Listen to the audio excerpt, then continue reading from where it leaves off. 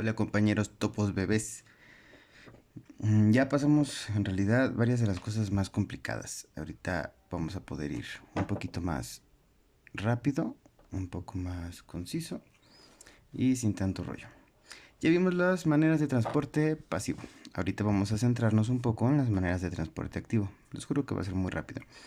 Las del pasivo son más complejas porque involucran sistemas físicos. Entonces, incluso antiintuitivos para quienes no han estudiado este tipo de cosas. Pero en el transporte activo es tan fácil como, ¿se acuerdan de lo que es el gradiente de concentración? Gradiente de concentración. Tan fácil como decir que los movimientos pasivos van a favor,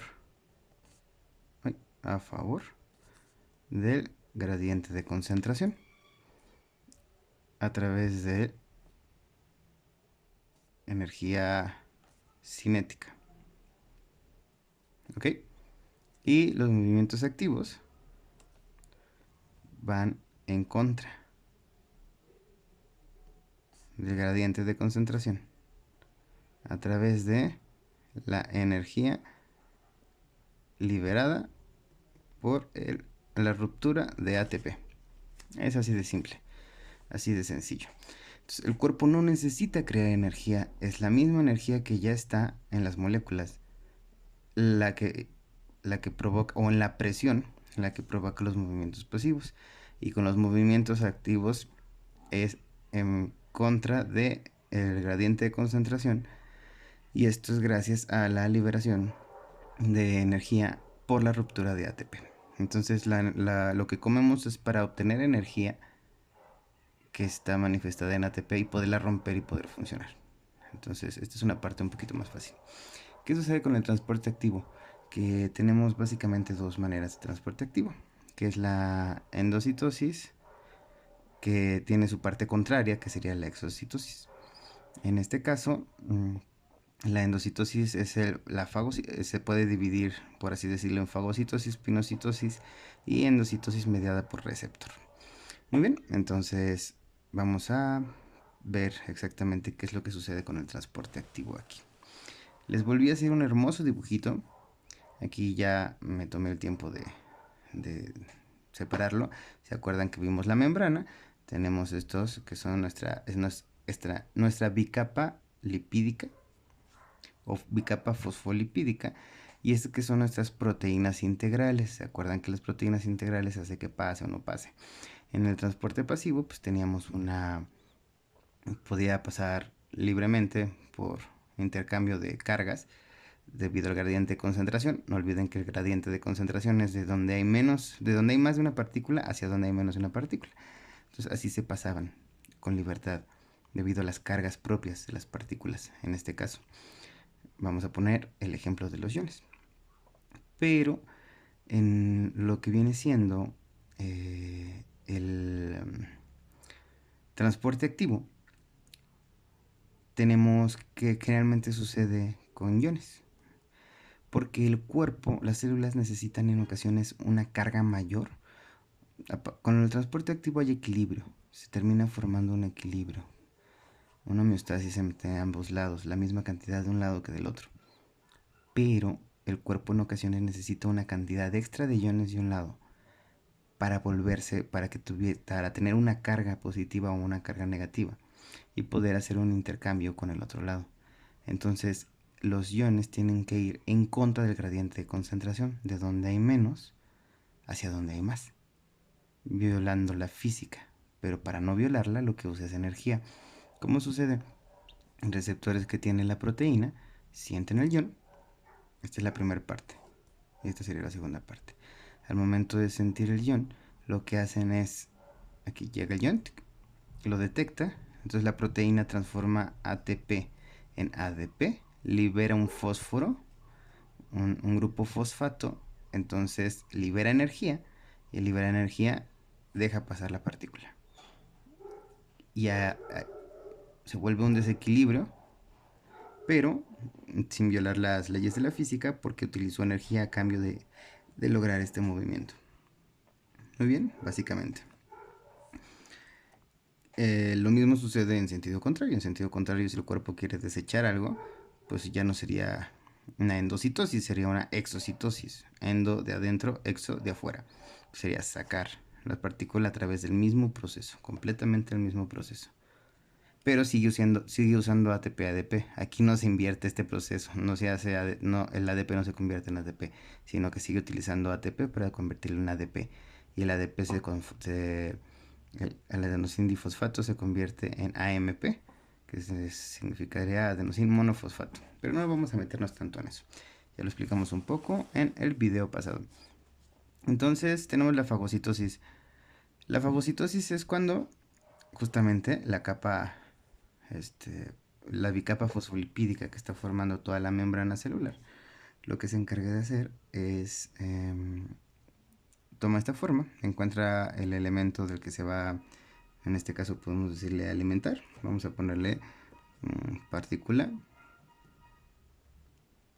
alimenticia.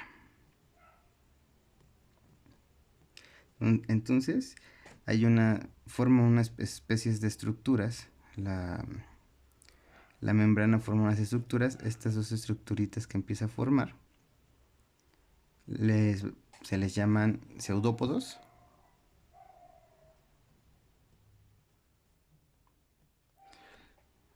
O pseudotentáculos, pseudópodos. Lo que hacen es empezar a envolver la partícula y la empiezan a envolver. O sea, todo esto alrededor sería la membrana plasmática. ¿Ok?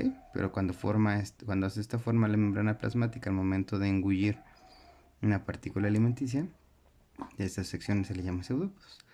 Entonces la empieza a envolver por completo y se vuelve a unir y suelta una pequeña vesícula, suelta una bolita donde tiene en su interior la partícula alimenticia. A esta bolita se le llama vesícula. Esta bola que se forma, que tiene en su interior el alimento, se le llama vesícula fagocítica. ¿Ok? Es la vesícula fagocítica. Y pues básicamente esto es lo que puede llegar a hacer el cuerpo para obtener nutrientes usando energía para moverse justamente y hacer este proceso. ¿Cuál es el caso más común que se utiliza en esto? Pues los leucocitos. Los leucocitos significan los glóbulos blancos. Son los que se encargan de eliminar microorganismos, bacterias, virus, hongos, esporas, etcétera, etcétera. Lo que hacen es fagocitar, meter los compuestos extraños, y adentro, ya que están en la vesícula fagocítica, entran enzimas. ¿Se acuerdan lo que eran las enzimas? Entran las enzimas y empiezan a descomponer, a separar y descomponer la partícula que se halla, en este caso la partícula alimenticia o el cuerpo extraño, y entonces la deshace y ya no hay ningún problema. Muy bien, sería básicamente ¿cómo decirlo? El proceso de fagocitosis. Y bueno, vamos a la pinocitosis. La pinocitosis es prácticamente lo mismo que una fagocitosis, pero en lugar de ser partículas sólidas, vienen siendo partículas líquidas, por así decirlo. Es como si la célula bebiera. Entonces el material que engulle es parte del líquido extracelular. Incluso por aquí la dibujé. Medio extracelular. Entonces, generalmente es parte del líquido extracelular. ¿Okay? Y estas proyecciones que se forman, estos pseudópodos, no es que la célula no hizo aquí un hoyito, sino sacó los pseudópodos. Entonces la única diferencia entre la fagocitosis y la pinocitosis es que en lugar de sacar estas extensiones, lo que hace es crear una cavidad en la que se escurre el líquido y se cierra de la misma manera. El líquido es atraído, digamos, hacia la membrana, ya se dobla hacia adentro. En lugar de hacer esto, lo que hace es doblarse hacia adentro y ya forma la vesícula pinocítica. En lugar de ser una vesícula fagocítica, forma una vesícula pinocítica. Es lo mismo, básicamente, ¿no? Pero digamos que es un poquito de la pequeña diferenciación que vamos a ver, ¿no? Incluso algunas células, como las células endoteliales. Las células endoteliales son las células que revisten, en este caso un ejemplo sería la pared del vaso sanguíneo, principalmente cuando se acerca hacia los capilares, pues son capaces de realizar la fagocitosis, pero muchas células llevan a cabo la pinocitosis. Y bueno, está la endocitosis mediada por receptor, ¿no? Que en realidad este es un proceso muy selectivo en el que las células pueden tomar, grandes moléculas y partículas. Lo que sucede es que el líquido intersticial que está bañando, por así decirlo, las células, pues contiene un gran número de elementos químicos. Generalmente la mayoría de estos elementos están en diferentes concentraciones y generalmente son menores a los que hay en la misma célula. Entonces, estos elementos químicos sirven, pues, para un montón de reacciones que no vamos a estar profundizando, ¿no? Pero generalmente estos elementos sirven, pues, para lograr la homeostasis dentro de la célula. Entonces, la endocitosis mediada por receptores se logra de la siguiente manera. La membrana tiene sus receptores proteicos. ¿Cómo se llama? Sitios ligandos, ya me acordé. Tiene sus receptores de proteicos, sus receptores de proteína, y estos sitios se les dice que están ligados. Se dice que son sitios ligados, entonces tiene, digamos, sitios ligados o para los ligandos, porque las estructuras se llaman ligandos. Esto es un poco complejo, en realidad no los quiero marear mucho. El punto es que tiene receptores de ligando. Los receptores de ligando, al momento de unirse a un receptor y un ligando, lo que causa es que la membrana se doble hacia adentro, formando una vesícula alrededor del ligando. Básicamente es lo mismo que está sucediendo aquí, pero hay receptores.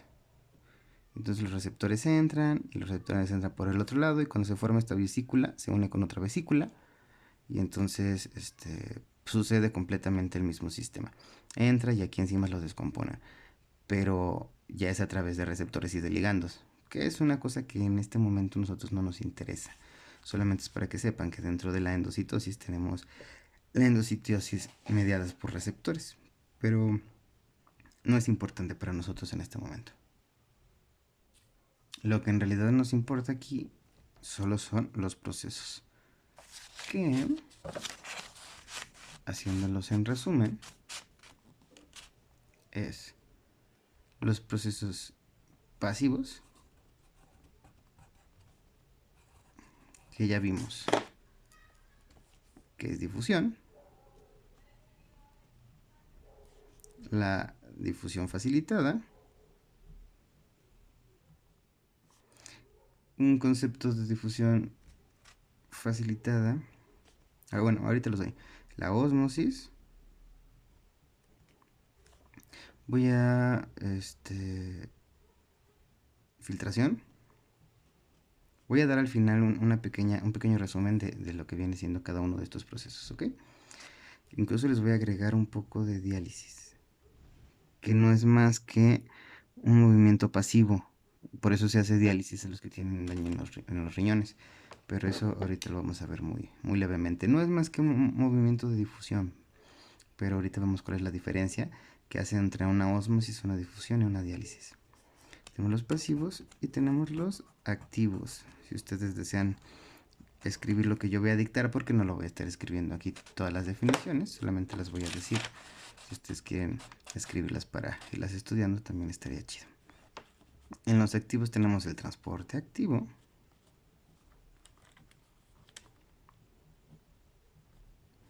la endocitosis,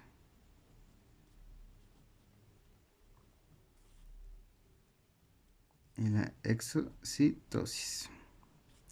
Básicamente, muy bien. Entonces, dentro de los O sea, ¿qué es un proceso pasivo? Aquí puse transporte activo para dar la definición. Aquí debía haber puesto proceso pasivo. Vamos a escribirlo aquí, proceso pasivo. Les voy a darle primero la definición de lo que es el proceso pasivo. Básicamente es que las sustancias se mueven en favor a su propio gradiente de concentración. O sea, desde un área de mayor a una de menor concentración. Muy bien. Donde la célula no gasta energía, básicamente. La difusión ya directamente vendría siendo este movimiento neto, así se le llama, movimiento neto. El movimiento total, por así decirlo, de moléculas o iones por medio de su propia energía cinética, desde un área donde hay mayor a una de menor concentración hasta que alcanza un equilibrio. Muy bien.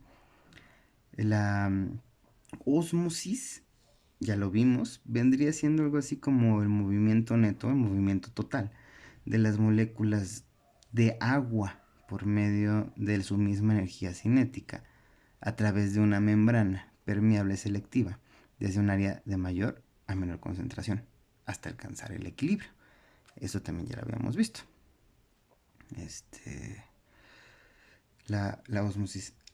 La filtración, no olviden que es ese movimiento de un solvente, como en este caso pusimos el ejemplo de agua, si mal no estoy, y de solutos.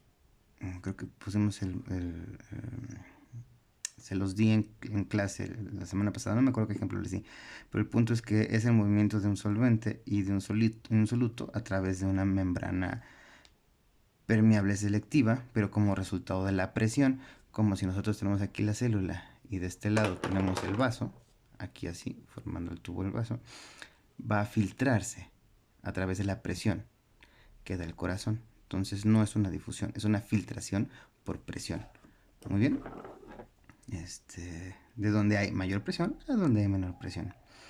Y aquí la diálisis no es más que una difusión, pero es una difusión de partículas de soluto a través de una membrana permeable selectiva. Siempre va a ser eso, a través de una membrana. O sea, del tema estamos viendo la membrana, ¿no? Entonces, es esta difusión de partículas en soluto a través de una membrana permeable selectiva, pero aquí lo que sucede es que las moléculas pequeñas se separan de las mayores. Básicamente es lo que diferencia la diálisis de una simple difusión. ¿Ok? Es una difusión, pero aquí solo se separan las moléculas pequeñas de las mayores. Eso ya lo veremos cuando estemos viendo más diálisis. Ahora, en los procesos activos, tal cual un proceso activo es un movimiento de alguna sustancia, que ya vimos que generalmente son iones, ¿no? Que van en contra del gradiente de concentración, o se hace que van desde un área menor a una mayor de concentración. Entonces, para lograr esto, una célula necesita gastar energía. ¿Y cómo gasta energía? Más bien, ¿cómo obtiene esta energía que tiene que gastar? Pues a través de lo que es la ruptura del ATP. Muy bien. La endocitosis. Aquí la tenemos. La endocitosis vendría siendo el movimiento de partículas grandes. No sé si se dieron cuenta que en este ejemplo, pues tenemos una partícula que es bastante grande en comparación a lo chiquitas que son estas partículas. ¿Ok? Estos iones son muy chiquitos y por eso pueden pasar por aquí. Cuando no pueden y necesitan utilizar energía, pues se dan cuenta en estos ejemplos como la fagocitosis, son bastante grandes, los elementos son muy muy grandes. Incluso si fuera esta es una bacteria, pongan ustedes que sea una bacteria de esta forma, o en bolitas porque son cocos, o como lo quieran ver, pero tienden a ser muy grandes, ¿vale? Entonces el movimiento de estas grandes moléculas o partículas sí, digámosle partículas extrañas, así sean organismos o no, a través de la membrana plasmática, pero la membrana rodea la sustancia, la encierra y entonces lo lleva hacia adentro de la célula, ¿no? Ya vimos que es justamente los ejemplos de endocitosis, pues es la fagocitosis, que vamos a llamarle cuando la célula devora. La pinocitosis es como cuando la célula bebe, ¿ok? Y ya la endocitosis, que es mediada por receptores, que es lo mismo que una endocitosis, pero hay receptores que hacen que sea más selectivo el asunto, ¿no? Y la exocitosis no es más que excretar la forma en la cual la célula excreta sustancias, las saca, pero sustancias mucho más grandes, que no es más que una endocitosis, pero inversa. Y eso es básicamente todo para cerrar ese tema.